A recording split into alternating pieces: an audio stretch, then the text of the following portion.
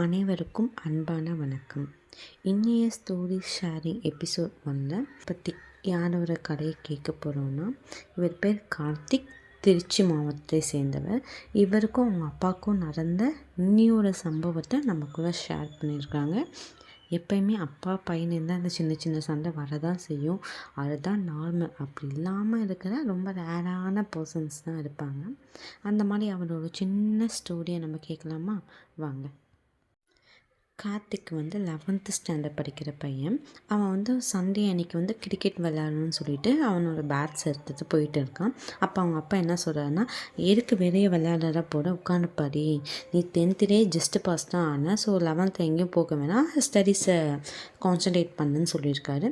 அதுக்கு அவர் என்ன சொல்லியிருக்காருன்னா, இல்லை நான் சாட்டர்டே வரைக்கும் ஸ்கூலுக்கு போகிறேன், ஸ்பெஷல் கிளாஸ் போகிறேன், டியூஷன் போகிறேன், இந்த சண்டே ஒன்று தான் நான் ஃப்ரீயாக இருக்கேன், நான் இன்றைக்கி ஒன்றா விளையாட தான் போவேன்னு அடம் பிடிச்சிருக்காரு.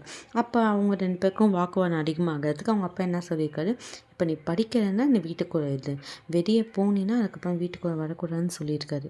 இதை கேட்டு அவங்க அம்மாவுக்கும் வந்துடுச்சு. அவங்க அம்மா நடுவில் வரவும் அவங்க அம்மாவுக்கும் அவங்க அப்பாவுக்கும் ஒரு பெரிய சண்டையாயிடுச்சு. அதனால் மன கஷ்டப்பட்டு அவர் விளையாடவும் போகாமல் வீட்டிலையும் இல்லாமல் அவர் பாட்டி வீட்டுக்கு வந்துட்டேன் சொல்லி இந்த ஸ்டோரியை நம்மக்கிட்ட ஷேர் பண்ணியிருந்தார். அப்பா பையனுக்கு வர சண்டை இஸ் நார்மல். அது இல்லைனா தான் நீங்கள் கவலைப்படணும் கார்த்திக். கூடிய சீக்கிரத்தை 2 பேருமே புரிஞ்சுப்பீங்கன்னு நான் நம்புகிறேன். நீங்கள் வளர்ந்ததுக்கப்புறம் அப்பா உங்களை கண்டிப்பாக புரிஞ்சுப்பாங்க. அவர் ஏஜுக்கு வந்ததுக்கப்புறம் நீங்கள் அவரை கண்டிப்பாக புரிஞ்சுப்பீங்க. எல்லாம் சீக்கிரமாக சரியாயிடும், கவலைப்படாதீங்க.